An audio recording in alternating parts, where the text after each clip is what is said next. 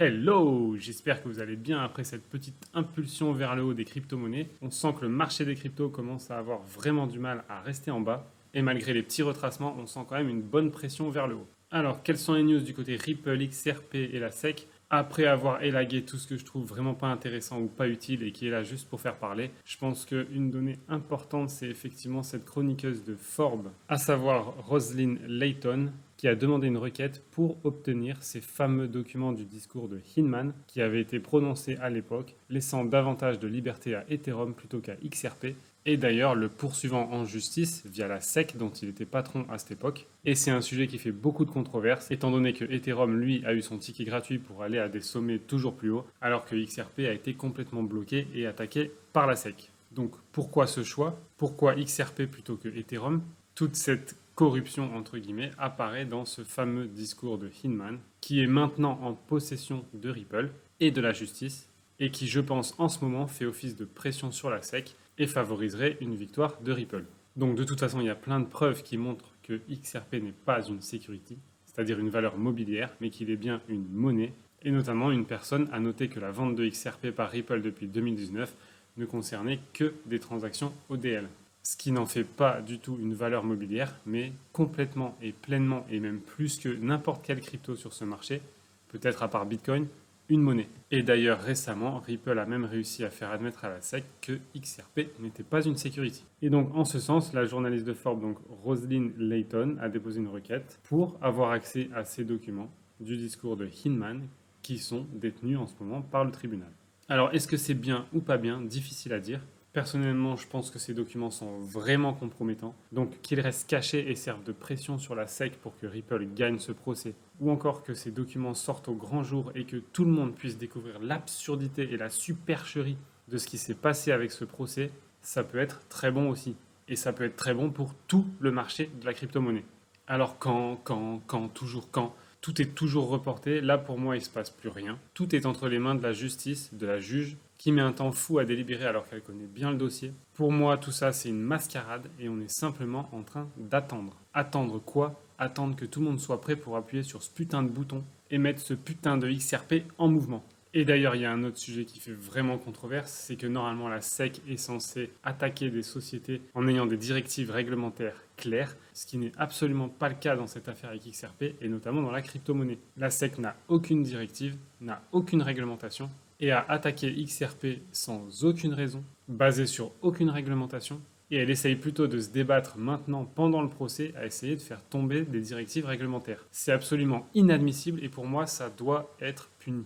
Alors pourquoi est-ce que des actifs comme Ethereum sont restés complètement en dehors des attaques de la SEC? Et c'est justement cette incohérence qu'on va retrouver dans ces messages de Hinman qui vont faire remonter à la surface des conflits d'intérêts énormes. Pourquoi? Tout simplement parce que Hinman, à ce moment-là, avait un intérêt financier dans la promotion d'Ethereum. Et ça l'intéressait sûrement de mettre des barrières à son concurrent XRP, qui, rappelons-le, à l'époque était numéro 2 sur le market cap. Bref, on peut se demander aussi pourquoi Forbes a retiré un article qui expliquait pourquoi la SEC a traité Ripple et Ethereum différemment. Il est fort probable que cet article prenait le parti de Ethereum, et vu la tournure du procès Ripple contre SEC en ce moment, Forbes a probablement décidé de ne pas trop se mouiller et de retirer l'article.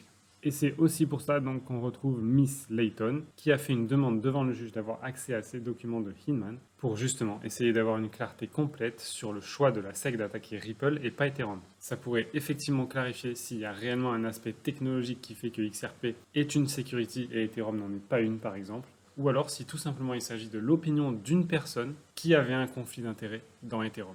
Et vu ce que j'ai entendu et lu à ce propos, a priori, c'est un conflit d'intérêts et c'est de la corruption au plus haut niveau. À suivre donc pour voir ce qui va se passer avec ces documents et si on va y avoir accès au grand jour et qu'est-ce que ça va donner comme impact, ou si tout simplement ils vont rester cachés, ce qui est possible aussi si le gouvernement américain et la SEC veulent protéger certaines personnes. Parce que des documents comme ça peut envoyer certaines personnes direct en tôle, s'il y a encore une justice dans ce pays. Et finalement, une petite réflexion apportée par The Bearable Bull.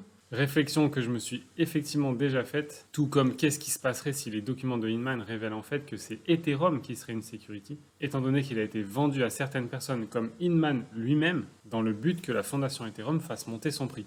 Donc que pourrait-il arriver à Ethereum lui-même? Reste une excellente question à la lecture de ces documents.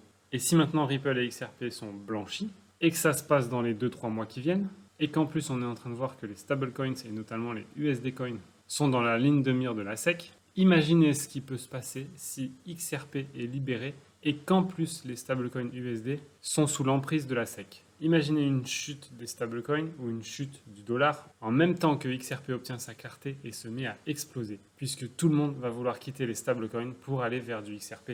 Pourquoi XRP? Parce qu'il a sa clarté. Pourquoi quitter les stablecoins en USD? Parce qu'il représenterait un danger potentiel si la SEC met la main dessus.